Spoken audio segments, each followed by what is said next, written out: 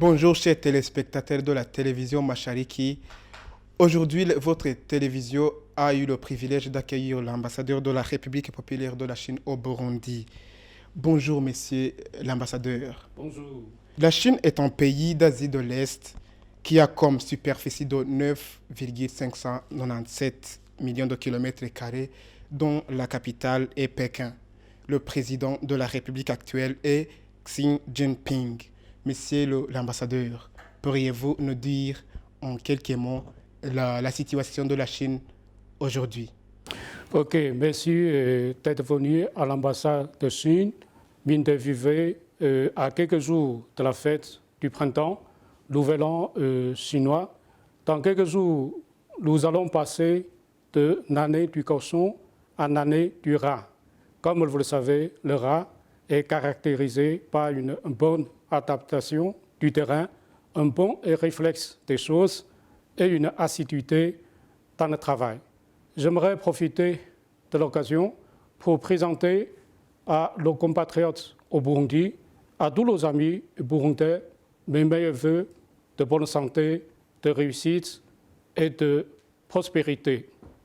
L'année dernière, nous avons vécu pas mal d'événements en Chine, à savoir le défilé militaire, le défilé civil, à l'occasion du 70e anniversaire de la fondation de la République populaire de Chine, et nous avons organisé le deuxième forum de coopération de l'initiative Ceinture et Routes.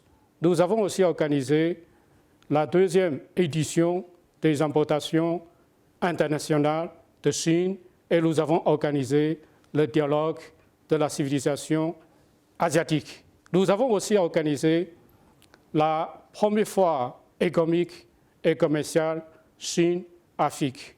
Comme vous le savez aussi, le peuple chinois, à l'heure actuelle, se consacre à la réalisation des objectifs du 200 millénaire. J'aimerais bien vous en donner quelques explications.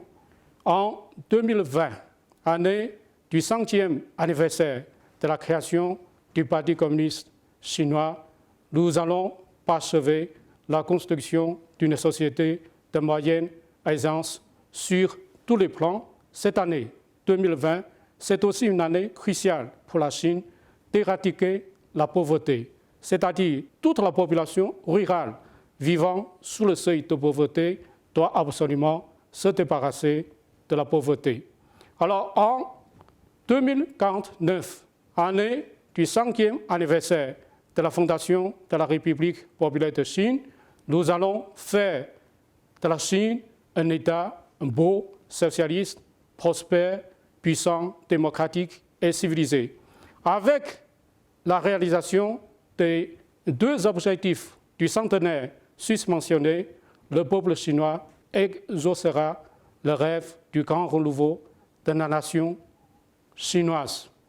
Bien sûr, la communauté internationale accorde une haute attention au décollage de la Chine. Mais il existe également des doutes, des suspicions, même des attaques délibérées et calomnieuses lancées par certaines forces contre la Chine. Nous travaillons au Burundi en tant que diplomates. Nous avons la mission qui consiste à donner un vrai visage de la Chine, à amener davantage des pays à mieux comprendre la Chine et aussi à avoir une attitude objective de la Chine et aussi à combler le déficit de la perception de la Chine. La Chine est un pays coopératif. Les relations entre la Chine et l'Afrique montrent que l'Afrique a bénéficié de la coopération avec ce pays, Chine, dont le rôle s'est développé très rapidement à l'échelle internationale. Pourriez-vous nous dire ce qui explique que les relations sino-africaines sont-elles basées sur quoi?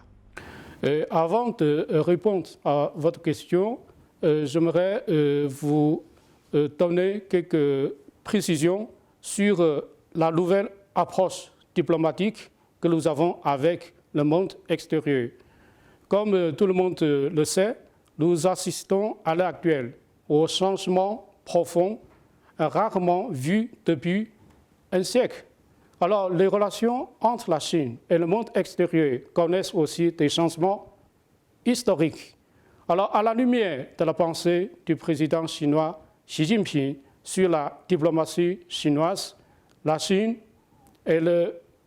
milite pour la construction d'un nouveau modèle de relations internationales et aussi d'une communauté de destin pour l'humanité.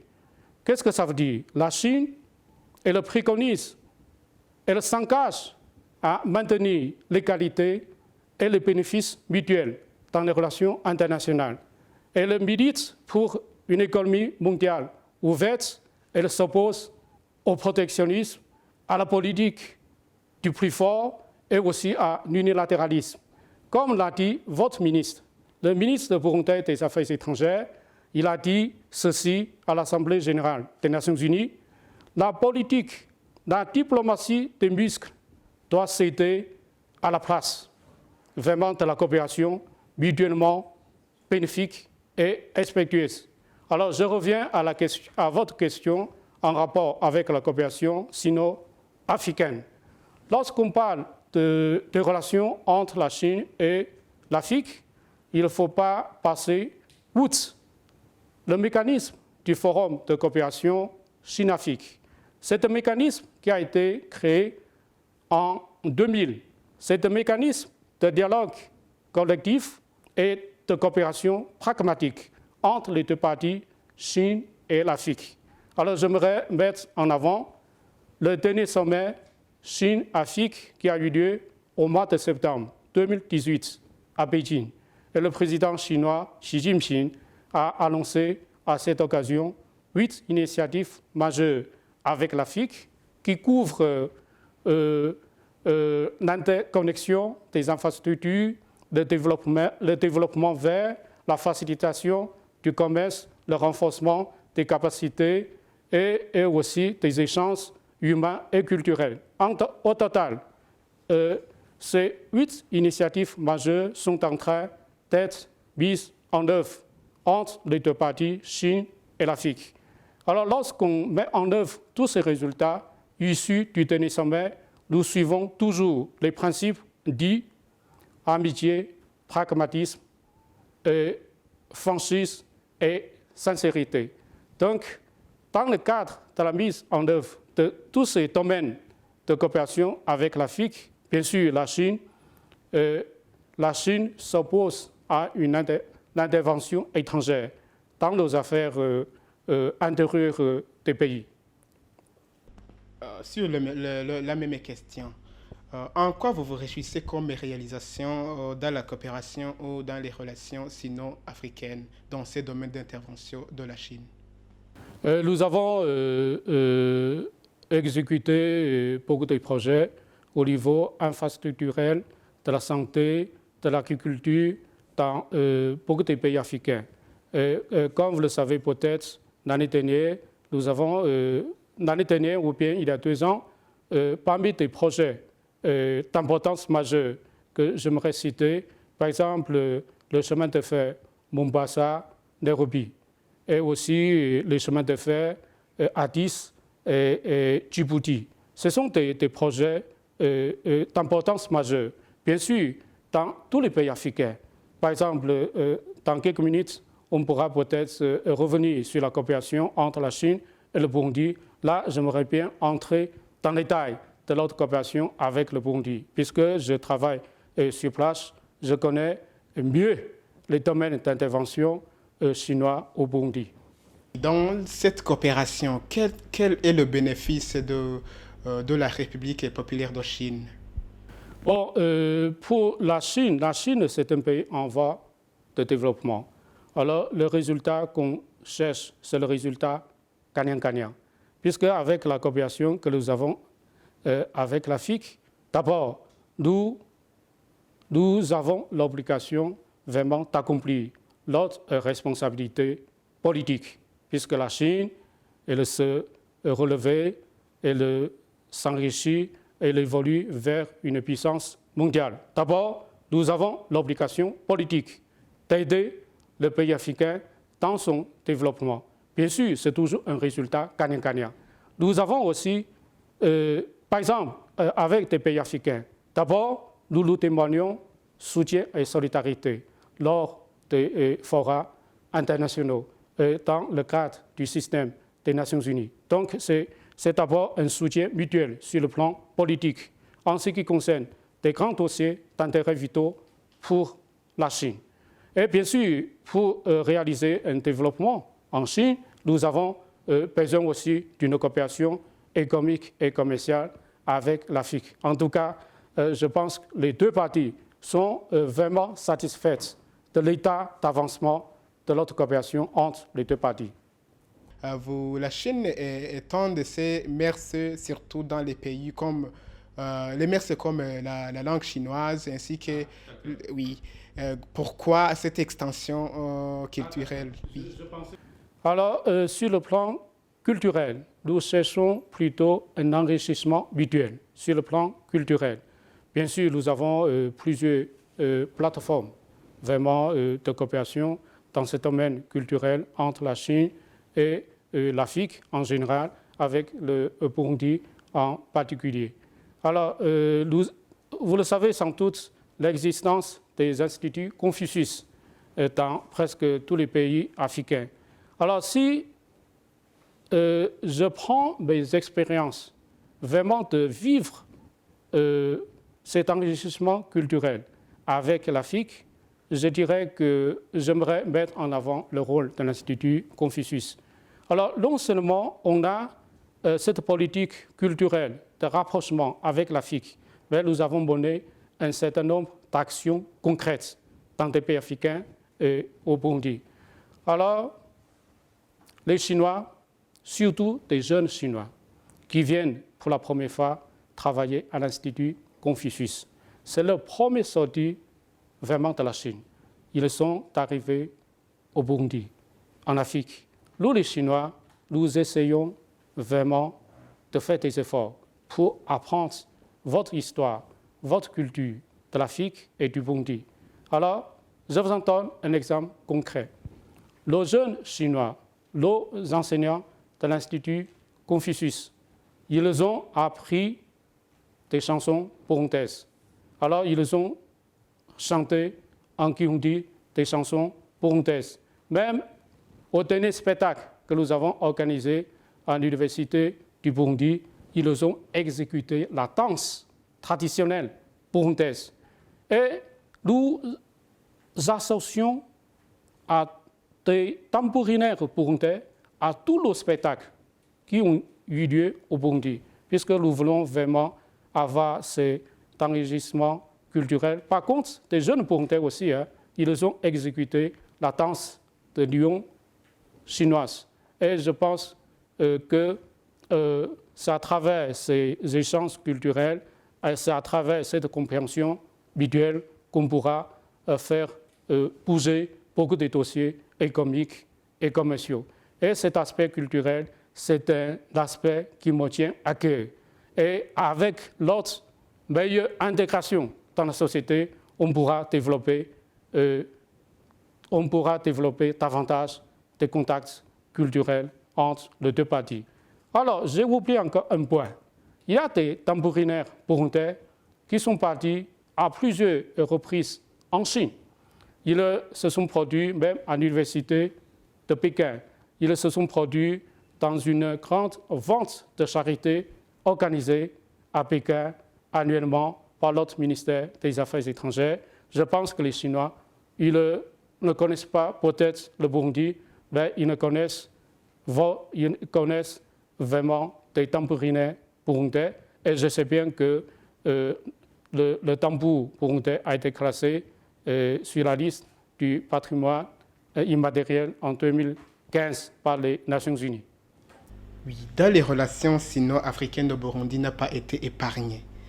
Monsieur l'ambassadeur, avec le temps que vous venez de passer au Burundi, qu'est-ce que vous avez apprécié?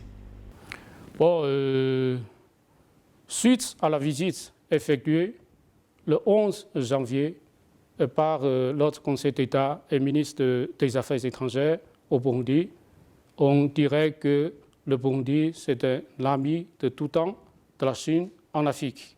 Et nous avons une coopération tous azimuts avec le Burundi. D'abord, je pense que nos deux pays ont connu le même passé et se trouvent confrontés à la même tâche de développement. Et surtout, nous avons une confiance mutuelle au niveau politique entre les deux pays. C'est un socle de notre coopération approfondie. Si je peux entrer dans les détails de la coopération entre la Chine et le Burundi. Alors, en 2019, le nouveau palais présidentiel a été inauguré. Alors, le Burundi se dote pour la première fois dans son histoire d'un palais présidentiel. Et la centrale hydroélectrique Ruzibazi, les travaux ont été lancés officiellement en présence de son Excellence, Monsieur le Président de la République. Et les travaux du centre technique, les travaux du centre pilote de technique agricole se déroulent dans de bonnes conditions. Et je vous ai parlé de la visite effectuée le 11 janvier au Burundi par notre Conseil d'État et ministre des Affaires étrangères. Et la Chine a décidé d'aider le Burundi à construire et à réhabiliter la piste d'atterrissage et la tour de contrôle de l'aéroport international de Bujumbura. Et la Chine a décidé de faire un bâtiment du ministère des Affaires étrangères. Et ce sont des dossiers concrets de la coopération. Vous avez parlé tout à l'heure de l'aspect culturel. Effectivement, les Chinois, les diplomates chinois, nous essayons d'innover notre méthode vraiment de travail au Burundi. Et au lieu de rester tout le temps au bureau, les diplomates chinois, ils se rendent beaucoup plus souvent à l'intérieur du pays, dans les écoles, dans les quartiers, vraiment pour pratiquer une diplomatie populaire. Alors nous avons construit des salles de classe à la campagne. Nous avons réhabilité des terrains de jeux dans les quartiers. Je pense qu'avec notre meilleure intégration dans la société au Burundi, on pourra toujours développer des idées innovantes pour porter à niveau notre coopération. Oui, monsieur l'ambassadeur, lorsque vous êtes au Burundi, qu'est-ce que vous aimez? Comme tous les Chinois, nous aimons le climat tempéré au Burundi. Alors, je peux vous raconter une anecdote. Alors, j'ai passé des vacances en Chine au mois de novembre. Alors, au mois de novembre, comme vous le savez, nous sommes en hiver en Chine. Mais je ne suis pas tout à fait habitué au climat de Pékin ou bien de la Chine. Comme ça fait des années que je travaille en Afrique, alors j'avais envie de retourner en Afrique. Donc, d'abord, c'est le climat de l'Afrique. Et aussi, en tant que diplomate chinois, je pense que tous les Chinois, que ce soit des diplomates, que ce soit des directeurs des entreprises, les Chinois, ils sont plutôt animés d'une mission. Nous avons l'obligation de résultats devant nous. Et nous avons un cahier de charges. Donc, en travaillant en Afrique, on pourra vraiment développer nos relations. Et surtout, des pays africains, ce sont nos alliés naturels de la Chine. Comme je vous ai dit tout à l'heure, nous avons connu le même passé et aussi nous sommes confrontés à la même tâche de développement. D'abord, le climat et aussi l'hospitalité des Burundais envers des Chinois. Comme nous avons une excellente relation de coopération entre les deux pays, tous les Chinois qui viennent pour la première fois à Bujumbura, ils sont impressionnés par la propreté de la ville et aussi par la verdure vraiment de la ville. Donc je pense que ce sont quelques bonnes impressions que nous avons envers le Burundi. Alors je vous apprends aussi une expression bien populaire en Chine. C'est pour donner leur impression sur l'Afrique ou bien sur le Burundi. Alors qu'est-ce qu'ils ont dit de l'Afrique? On a peur de l'Afrique avant d'y aller. Mais on est à l'aise lorsqu'on se trouve sur le territoire africain. On a une nostalgie de l'Afrique lorsqu'on termine sa mission, lorsqu'on rentre en Chine. Voilà quelques impressions, quelques bonnes impressions que les Chinois ont de l'Afrique. Je vous ai parlé aussi du premier sommet de 2006, Chine-Afrique. J'étais à Pékin pour la convocation du premier sommet du Forum de coopération Chine-Afrique. Alors, il y a avant le sommet, dans certains coins des quartiers à Pékin, il y a des affiches représentant des éléphants, des girafes, en tout cas des animaux de l'Afrique. Je me suis dit, effectivement, l'Afrique est venue en Chine. Et encore chez nous, nous avons des instituts de recherche, vraiment des relations Chine-Afrique.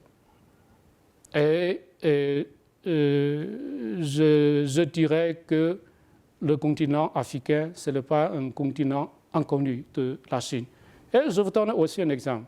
Je vous ai parlé de la visite au Burundi de l'autre ministre des Affaires étrangères. Alors, à partir de 1991, pour l'autre ministre des Affaires étrangères, il a choisi toujours le continent africain comme son premier déplacement extérieur d'une nouvelle année. Donc voilà 30 ans que nous avons cette tradition d'envoyer le ministre des Affaires étrangères dans un continent africain pour démarrer son programme d'activité d'une nouvelle année. C'est dans cette optique que l'autre ministre des Affaires étrangères est venu en visite au Burundi et avec des résultats concrets, avec des résultats palpables. Et cette visite aura des impacts vraiment très positifs sur l'approfondissement, sur la diversification, sur l'intensification de nos relations de coopération. Et par contre, alors, qu'est-ce que vous pouvez proposer comme ce que vous n'aimez pas lorsque vous vous retrouvez au sol burundais? Bon, dans l'ensemble, nous sommes à l'aise. Et comme je vous ai dit, si on termine sa mission, si on rentre en Chine, on a toujours une nostalgie du Burundi. Alors, vous m'avez demandé ou bien des conseils pour faire décoller le Burundi.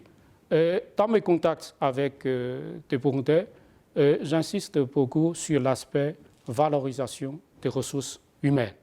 Je pense que pour tout décollage du pays, il faut accorder vraiment une haute importance au développement de l'éducation. Il faut des ressources humaines pour élaborer, par exemple, un plan de développement du pays. Même pour la mise en œuvre, ça dépend de la capacité vraiment des ressources humaines qualifiées. Alors, dans mes contacts avec des amis burundais, je mets toujours en avant une phrase prononcée par l'autre président. Qu'est-ce qu'il a dit? Le développement, c'est notre première tâche. Le talent, c'est notre première ressource. L'innovation, c'est notre première force motrice. D'abord, il faudrait vraiment développer les ressources humaines. C'est un point auquel j'attache aussi beaucoup d'attention. Votre pays intervient-il dans quel domaine au Burundi? Alors, nous, franchement parlant, nous intervenons dans tous les chantiers au Burundi.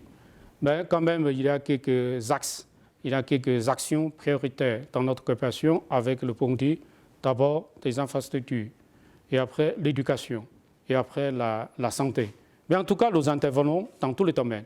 Et je pense que des secteurs comme l'infrastructure, l'éducation et la santé, ce sont des domaines sur lesquels les Chinois concentrent leurs efforts. Parmi ces trois secteurs, quel est le secteur qui prime sur l'autre? Essentiellement, ce sont les trois secteurs sur lesquels on intervient le plus. Par exemple, si on prend l'éducation, alors vous le savez, nous avons construit plusieurs écoles à Bujumbura. L'école primaire d'amitié sino-burundaise, l'école de formation technique, l'école normale supérieure et dans la province Kalouzi. Nous avons construit il y a 10 ans 2 écoles secondaires et que nous avons rénovées il y a quelques mois. Et dans le secteur de la santé, nous avons tous les ans une équipe chinoise médicale qui vient travailler au Burundi avec 29 médecins. Alors c'est une équipe qui se renouvelait tous les 2 ans et à partir de l'année dernière, ça se renouvelle tous les ans. Donc il travaille sur les 3 sites, l'hôpital général Mbanda, l'hôpital de Prince et Jean Charles et aussi l'hôpital de Kitega. Et même des fois, nous offrons aussi des équipements médicaux et du matériel médical à la partie burundaise. Et en parlant de la formation des talents, tous les ans, il y a plus de 200 Burundais, toutes catégories confondues, qui partent en Chine en formation. Et aussi pour l'Université du Burundi. Alors, ça fait 2 ans que nous avons mis en place une assistance financière aux candidats à la maîtrise en faveur de 50 candidats à la maîtrise. Tous les mois, ils peuvent toucher 60 000 francs par mois. Bon, peut-être c'est une petite somme, mais quand même, ça peut donner des conditions, des facilités, de bonnes conditions, des facilités aux étudiants candidats à la maîtrise. S'il advenait, monsieur l'ambassadeur, que votre émission touche à sa fin maintenant, qu'est-ce qui vous rend plus fier dans vos réalisations au Burundi? Jusqu'à présent, bon, je ne sais pas quand je dois partir, mais jusqu'à présent, je peux citer entre autres quelques projets d'importance majeure. D'abord, le nouveau palais présidentiel. Comme je vous ai dit tout à l'heure, c'est la première fois que le Burundi, avec le soutien de la Chine, dispose d'un nouveau palais présidentiel dans son histoire. Et l'autre, la centrale hydroélectrique Ouzibazi de 15 MW. Je pense que c'est un projet vraiment allant directement à l'intérêt de la population burundaise. Et l'autre projet qui me tient à cœur, c'est plutôt la modernisation et la réhabilitation de l'aéroport international Ndadaye de Bujumbura. Essentiellement, ce sont quelques projets qui me tiennent à cœur, dont je serai fier à l'occasion du départ pour la Chine. Et qu'est-ce que vous projetez réaliser dans la coopération de ces 2 pays dans les jours à venir?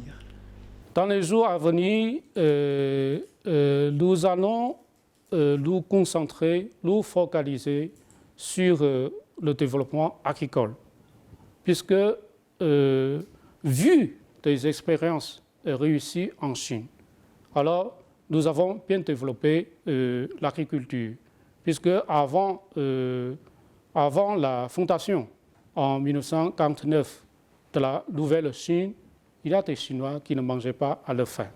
Donc, avec nos expériences, nous sommes en mesure d'aider le Burundi à développer davantage le secteur agricole pour donner peut-être la première solution à la sécurité alimentaire au Burundi.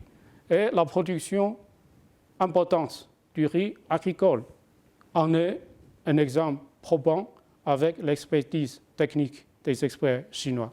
Donc je pense que nous allons nous concentrer sur ce secteur agricole. Vous avez les autorités burundaises nous ont fait une demande, par exemple, de faire la transformation des produits agricoles. Là, sur ce dossier-là, il faut que les 2 parties travaillent sur ce dossier. Donc, je pense qu'on pourra vraiment faire des efforts pour transférer des expériences réussies de l'agriculture chinoise au Burundi.